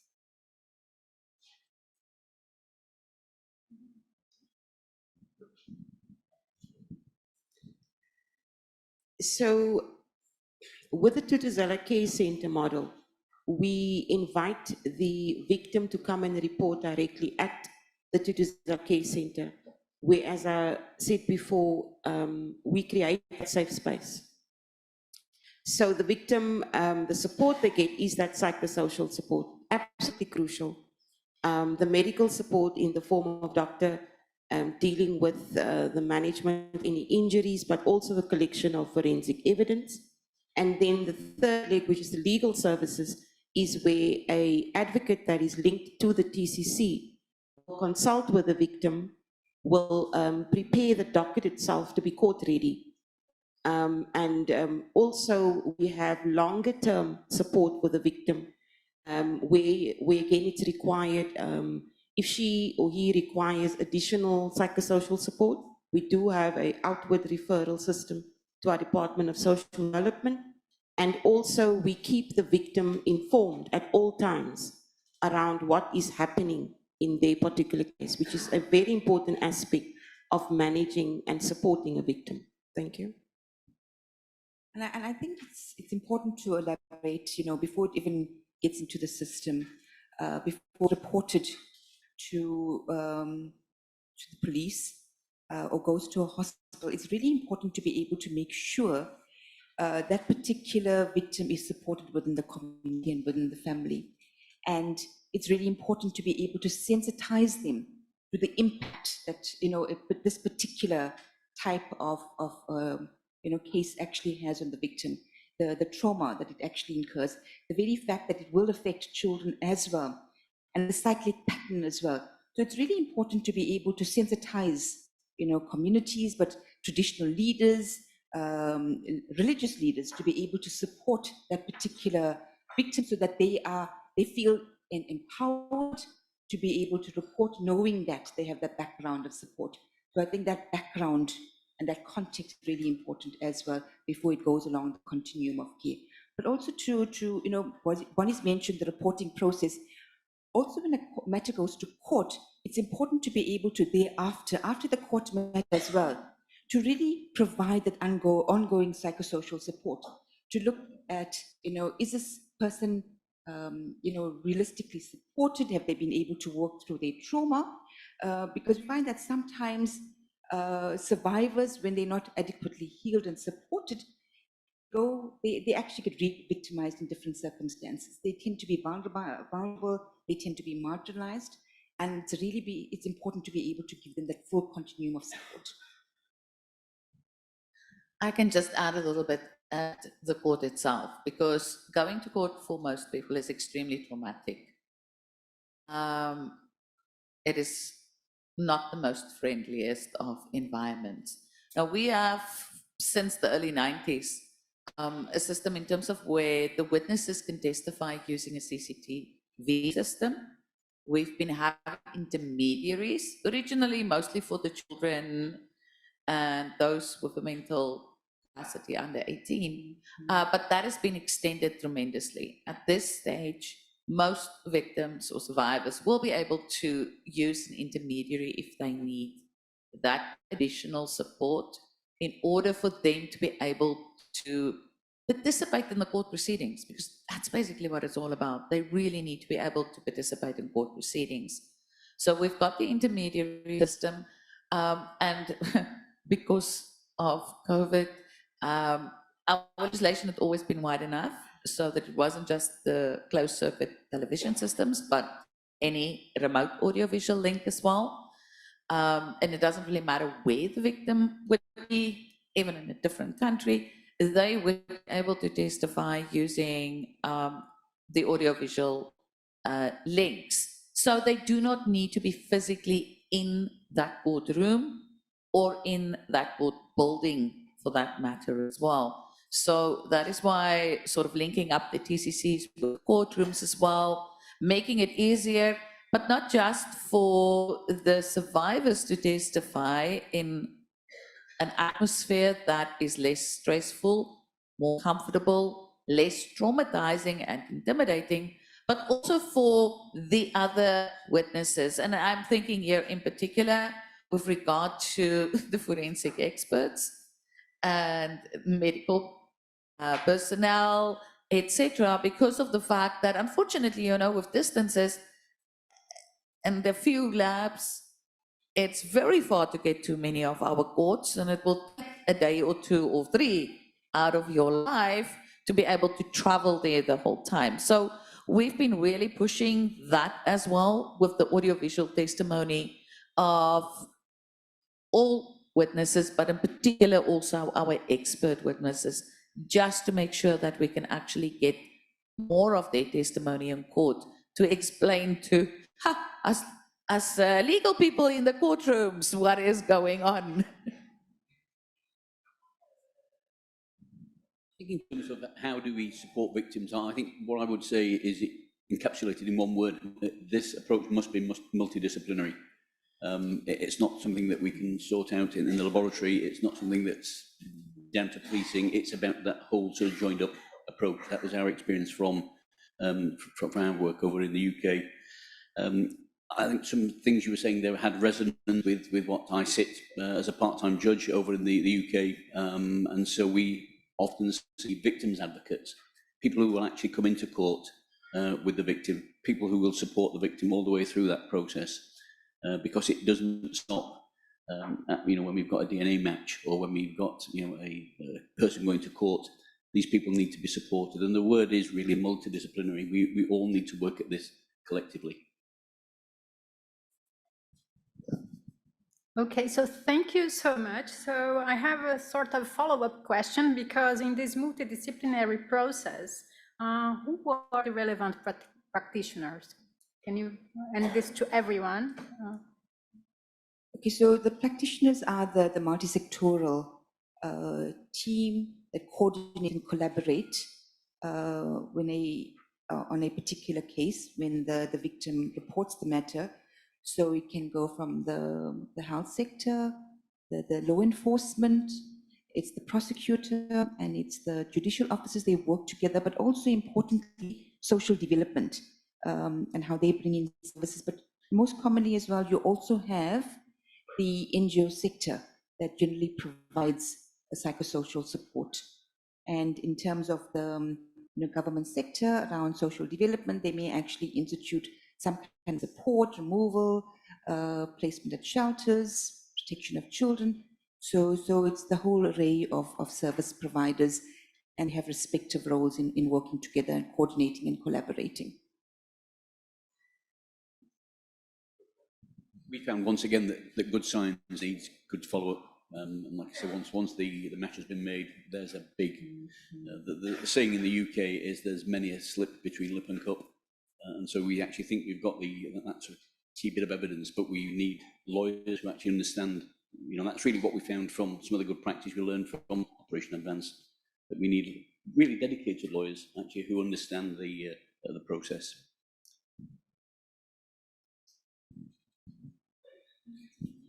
Okay, so now, Linda, I have this question for you. When we were talking earlier, you referred to a package. So I would like to know, why is the package essential? Okay, so the UN has actually developed with a whole number of UN entities working together on a global package. You know, the coordination, the collaboration is such a critical element to make a case work. And Bonnie's mentioned the great relationship they have with SAPS and other service providers. And so the UN also looked at, you know, the roles and responsibilities. What will it take to be able to work together? What will be the roles of the respective places, the respective practitioners? And Bonnie's mentioned the Thuthuzela Center, the one-stop center. And in lots of countries, they don't have the one-stop center. And you find that the different practitioners will provide the relevant services at different places, different contexts, but they all work together, they coordinate, collaborate. And when we look at the essential service, it's essential because it's a must happen. It's a must happen. It provides the minimum standards for, and it's not an expensive package, it's a quality package that we want to be able to make sure we provide and we met out to support all our victims or survivors. And so the UN global package provides minimum standards, it provides characteristics, it provides foundational elements as to what should be those responsibilities in different countries. It's, like I said, it's low income, it's middle income, all countries, but it provides guidelines as to what you can do. And it's been rolled out to many countries throughout the world. It has been evaluated, and it's on our website as well as to what it is that you can use to be able to make your coming together, your work together important and essential to support a particular victim. Okay, so I have a final question here, because along the presentations today, we heard how forensic experts, they say it's very difficult to explain to non-science experts what DNA is. So Jackie, this question is for you from a different perspective that I would like to know. Once we have DNA evidence taken to court, how should it be presented and interpreted? Well, thank you very much. I suppose Bonnie should have answered first, because the prosecution need to present it first and foremost. And I suppose that is where the importance of having prosecutors with the necessary knowledge and specialization that know how to present the evidence, to ensure that they present the whole chain of evidence, because that's the big problem. You can't stand in the report. There's a couple of things before that you need to be able to prove as well. That through affidavits or 1-2 statements or etc., or calling people to testify. And that, of course, would be also one of the things that the defense attorneys would be looking out for, whether or not they actually prove the whole chain of evidence. But then it is also about making sure that the right questions will be asked when the witnesses are testifying. And in particular, if there is the dispute about the actual report. But I think sometimes it's not really so much a dispute as people just don't understand it very well. And that's why they insist that the experts need to testify. But sometimes they do need to provide some explanations. But it doesn't help them testify, and nobody knows what questions to ask them either. So essentially, we definitely would not be scientists, but we need to be able to know enough to make sure that the correct evidence is placed before the court. And for the court to be able to make the relevant findings, in the end of the day, going back to what was mentioned earlier as well, the fact that it is an expert witness that is testifying when it is the forensic scientist. And that necessary information is put before the court with the basic explanation will make it easy for everybody to understand exactly what is going on. Our experience has been, unfortunately, that whenever there's DNA reports and it's adult witnesses, normally they would immediately start saying it's consent, being the defense. With children, they would try to look at the chain evidence issues as to whether or not there may be a technical reason. But we do find at least some guilty pleas there that happened a bit more often. The backlog did have a bad impact on these cases as well. But I must say, with serial projects, I myself have done a couple of those cases as well, where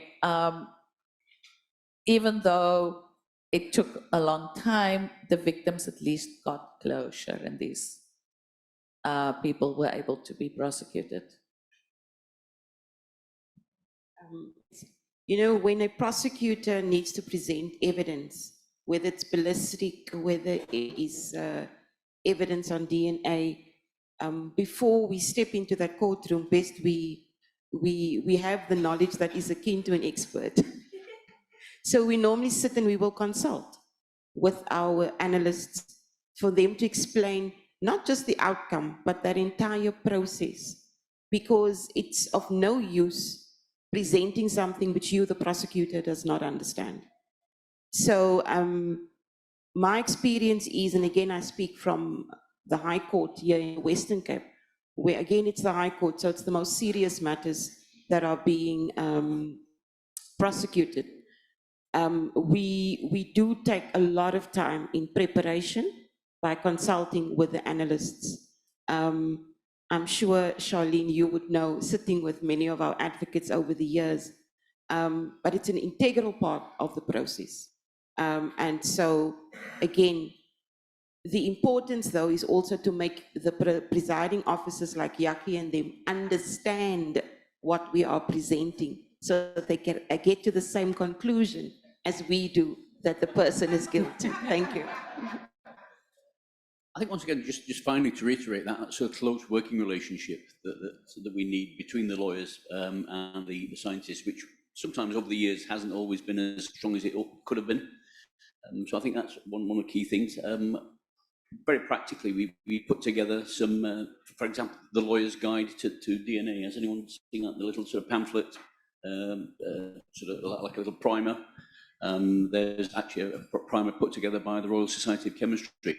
But I think going back to what Bruce said this morning about explaining yourself in the witness box as an expert without sort of grandstanding, we would call it. You know, try to explain this in very, very simple terms to the jury, because if you don't get, you know, the 12 good men and ladies of truth, then you don't convict the case. And again, just to conclude with I think there's a quote of Einstein's who said, you know, if you can't explain something simply enough, you don't understand it enough. I think that's a quote down to Einstein. So that's one really for all of the forensic scientists who from time to time might want to grandstand a little bit. Just keep it simple, because otherwise you'll lose the case. Okay, thank you so much. Excellent explanation. Yep. So keep it simple so we are able to understand what is written. Thank you so much. So before I give the floor to online participants, I wonder if there is someone in this room who would like to ask any question.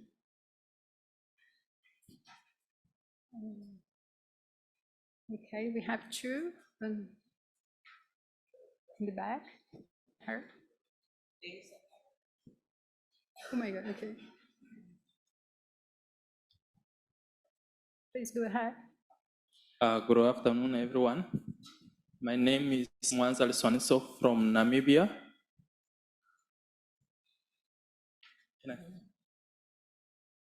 The video that just played, it resonates with me because it's from Namibia.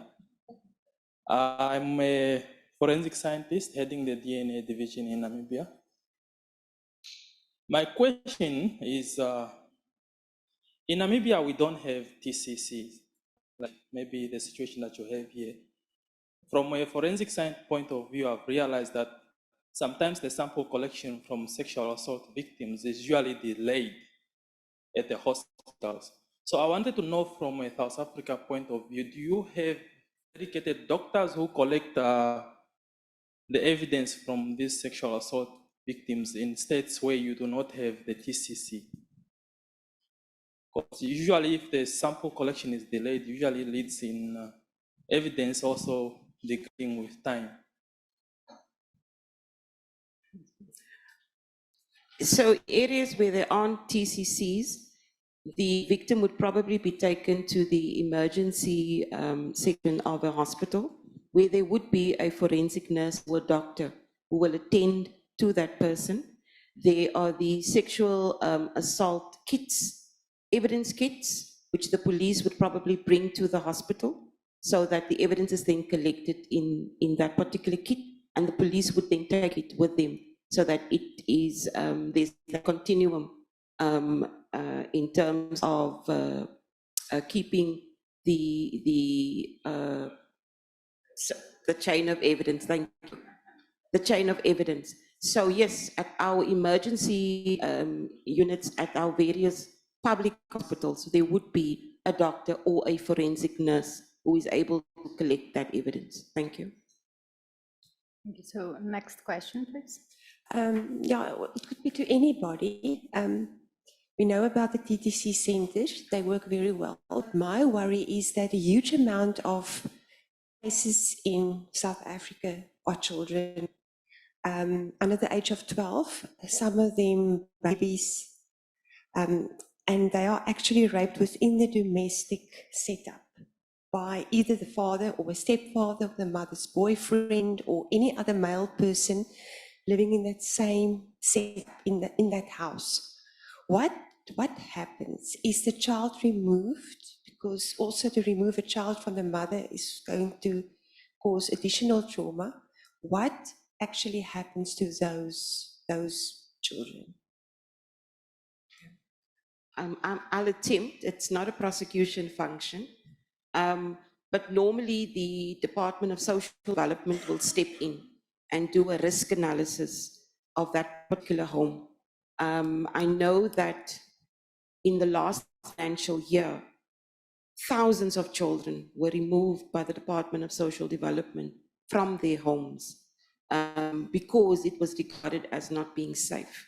So in all of my years of prosecuting, I have done that where, for example, even if it's a murder, but the child was the witness, we would ask the Department of Social Development to intervene, to go and do the analysis, and if needs be, yes, protect that child and have that child removed.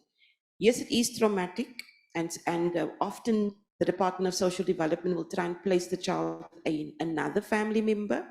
It's not always ideal because there's attempts to engage with that child through that family member.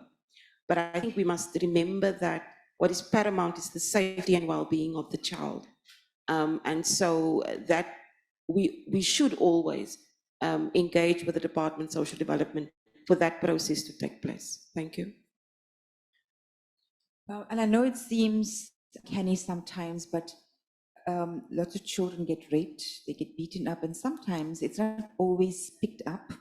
Maybe if it's not so visible, but it's not always picked up by the non-abusing parent, which may be mother.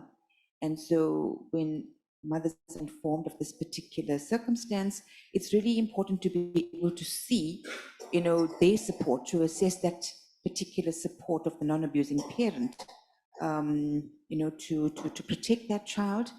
And if they are able to, then obviously to be able to look at a safer environment for obviously the non-abusing parent, which is generally the mother and the child.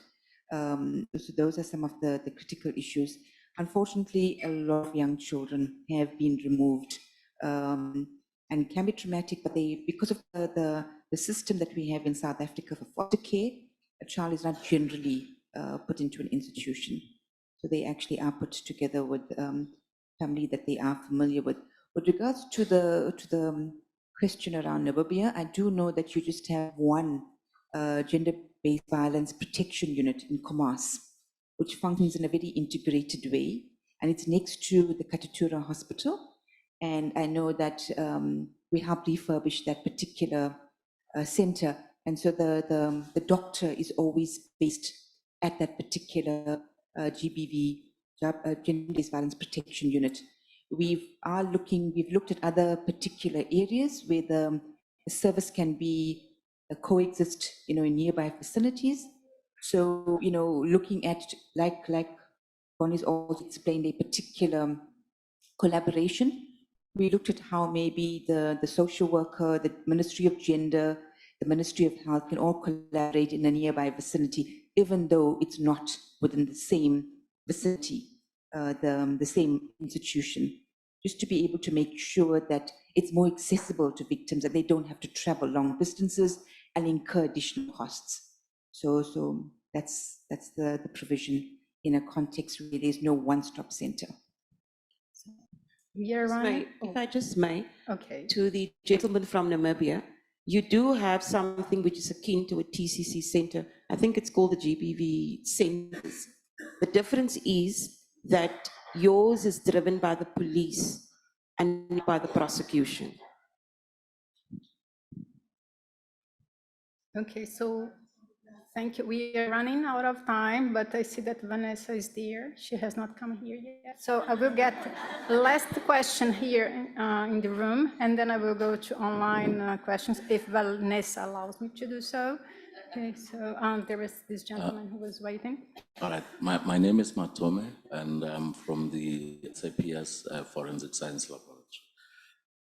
My question will be directed to either Advocate Bonnie and her colleague.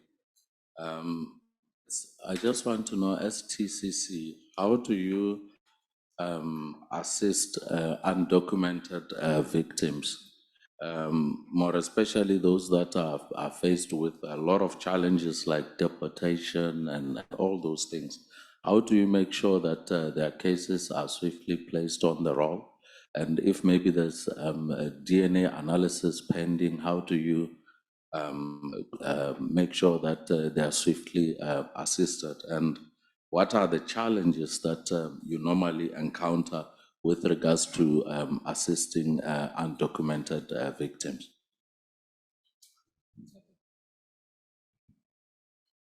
Okay.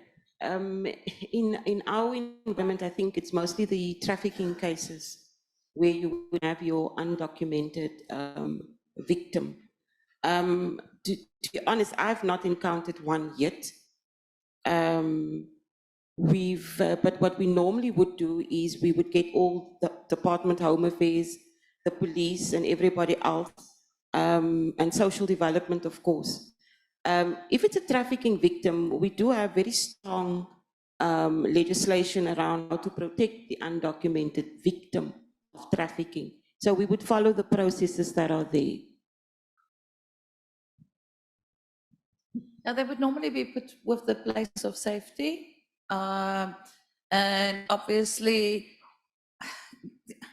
a case, sometimes you can't, I mean, if you need to have certain evidence and it takes a bit of time, then it doesn't help to rush for justice, because it might, I mean, you might need that additional corroboration, and you will undermine justice if you do not allow for that.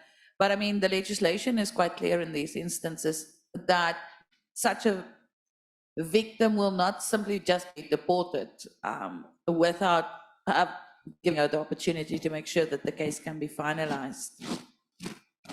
So there is sufficient regulations, and but again, it's very multi-sectoral to make sure that these cases can actually be finalized.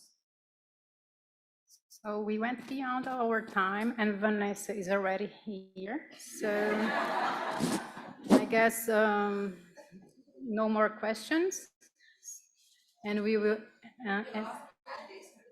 Okay, Vanessa allowed me to get one question. Thank you, Vanessa.